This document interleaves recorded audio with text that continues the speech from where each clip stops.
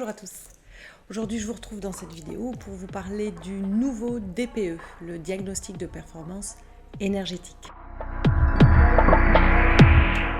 Alors comme vous le savez, lors de la vente d'un bien immobilier, vous devez fournir un certain nombre de diagnostics, notamment ce fameux DPE qui aujourd'hui a vu sa valeur évoluer et aujourd'hui il est opposable. Le fait de dire qu'un diagnostic est opposable, ça veut dire que l'acquéreur peut engager d'éventuels recours sur la base du diagnostic. Donc depuis le 1er juillet 2021, la responsabilité du propriétaire peut être engagée puisque le DPE est devenu opposable. Toutes les informations que vous allez y trouver dans ce DPE, notamment l'estimation des coûts annuels d'énergie, le montant des consommations annuelles détaillées, toutes ces informations-là vont pouvoir être opposables. Donc jusqu'à présent, la responsabilité du diagnostiqueur en cas d'erreur sur le DPE était engagée. Aujourd'hui, la responsabilité des différents intervenants est engagée, donc c'est-à-dire celle du diagnostiqueur et celle du propriétaire. Et jusqu'au 1er juillet 2021, l'acquéreur pouvait demander une réduction du prix de vente, pouvait négocier une baisse de prix s'il y avait erreur.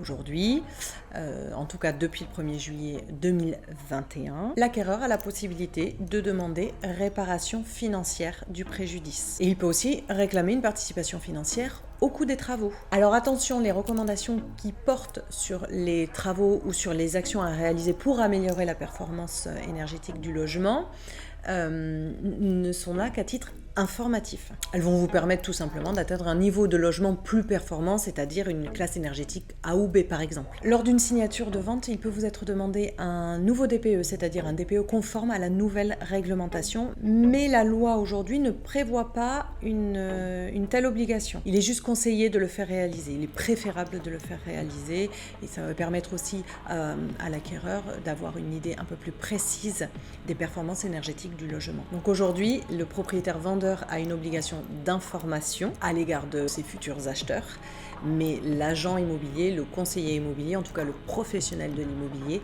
a également cette obligation d'information. Et voilà, cette vidéo est terminée. Si vous avez des questions, si vous avez besoin de conseils, si vous avez un projet d'achat ou de vente, surtout vous n'hésitez pas à me contacter aux coordonnées qui viennent juste après. À bientôt.